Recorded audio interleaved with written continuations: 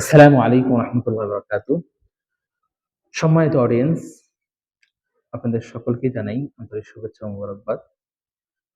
আজকে আমি একটি গুরুত্বপূর্ণ টপিক নিয়ে আলোচনা করব।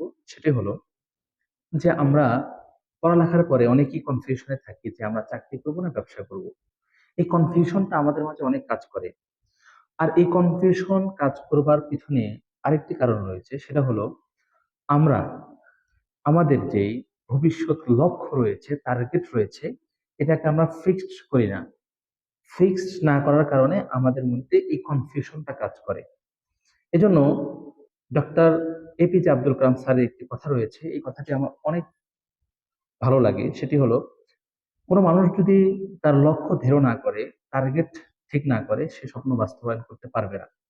সো এই ক্ষেত্রে সর্বপ্রথম আমাদের লক্ষ্য ঠিক রাখা, তাহলে স্বপ্ন আপনা আপনি বাস্তবায়ন হবে।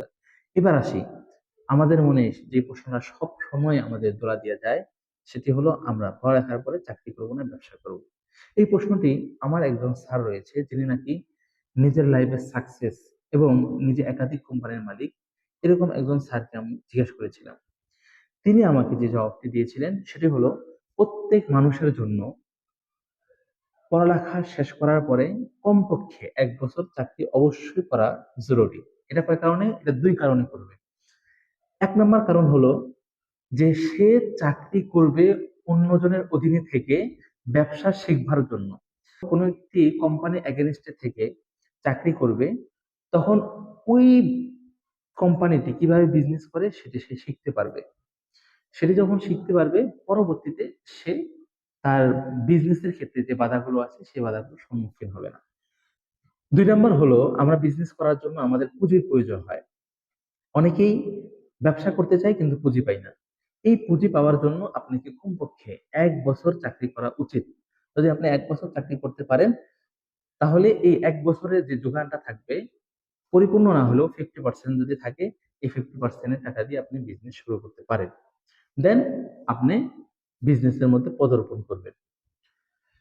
কিন্তু দুঃখজনক হলো সত্য এটাই যে, দুঃখের সহিত বলতে হয়, আজকে এই মুসলিমরা বিজনেস থেকে অনেক দূরে সরে গিয়েছে এবং এই বিজনেসের যে সুন্নাটা বা আদর্শটা, এটা ইহুদি খ্রিস্টানরা পরিপূর্ণভাবে কন্ট্রোল করে নিয়েছে। এই জন্য আজকে আপনি দেখবেন বহির্বিশ্বের মধ্যে যত বড় বড় বিজনেস রয়েছে, সমস্ত বিজনেসের মালিক হচ্ছে ইহুদি খ্রিস্টানরা। আপনি যদি দেখেন ফোনের দিক থেকে, অ্যাপলের মালিক একজন খ্রিস্টান। আপনি যদি দেখেন ফেসবুকের দিক থেকে, সেই ফেসবুক নিয়ে যারা বিজনেস করছে তারা ইহুদি। আপনি যদি দেখেন ব্যাংকিং সিস্টেম তাদের হাতে নিয়ন্ত্রিত, তারা ইহুদি। আপনি যদি দেখেন যে অনলাইন ভিত্তিক যে বিজনেস গুলো কন্ট্রোল করে, সেই বিজনেস গুলোও ইহুদি খ্রিস্টানদের হাতে। দুঃখের সহিত বলতে হয়, এই টেকনোলজির জামানায় যেইভাবে বিজনেস আমাদেরকে করতে হবে, সেই টেকনোলজি গুলো আমাদের জানা নাই, এবং যার কারণে মুসলমানদের এই অধঃপতন। অথচ হুজুর পাক সাল্লাল্লাহু আলাইহি ওয়াসাল্লাম এবং সাহাবায়ে কেরামগণ যেভাবে বিজনেস করে গিয়েছেন, সেই আদর্শগুলোই আজকে ইহুদি খ্রিস্টানরা ধারণ করে তারা আজকে পুরা বিশ্বকে নেতৃত্ব দিচ্ছে।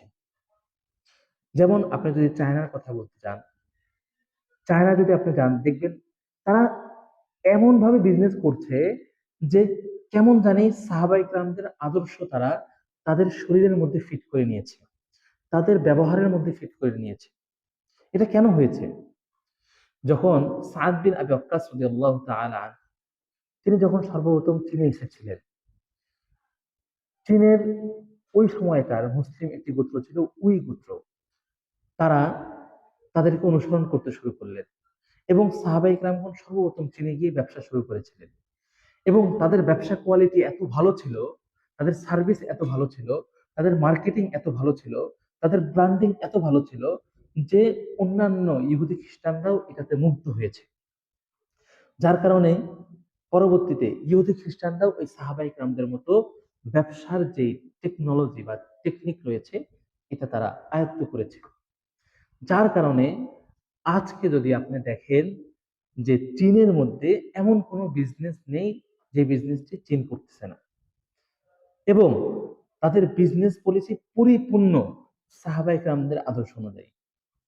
কিন্তু দুঃখের সহিত বলতে হয়, আজকে আমাদের মুসলমানদের একটি বৃহৎ জামাত তো ব্যবসার ধারে কাছেও নেই।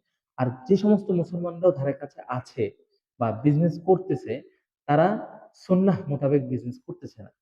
যার কারণেই আমাদের মুসলিমদের মধ্যে এত অধঃপতন। তারা বিজনেসের মধ্যে ডেভেলপ না করতে পারার কারণে তাদের সমস্ত ক্ষমতা ছাড়া হচ্ছে। তারা ইহুদি খ্রিস্টানদের দ্বারস্থ হচ্ছে। ইহুদি খ্রিস্টানদের দ্বারস্থ হওয়ার কারণে ইহুদি খ্রিস্টানরা যেইভাবে মুসলমানদেরকে চালাতে চায়, সেইভাবেই তারা চলছে বা সেইভাবেই তাদেরকে চালাতে পারছে।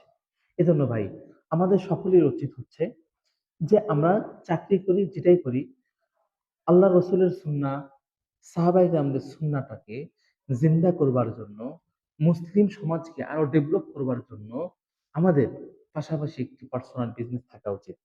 যে বিজনেসের মাধ্যমে আমরা নিজেরাই ইনকাম করব এবং অন্যদেরকেও এই বিজনেসের মাধ্যমে সাহায্য করব, যারা আমাদের মধ্যে গরিব দুঃখী রয়েছে। আশা করি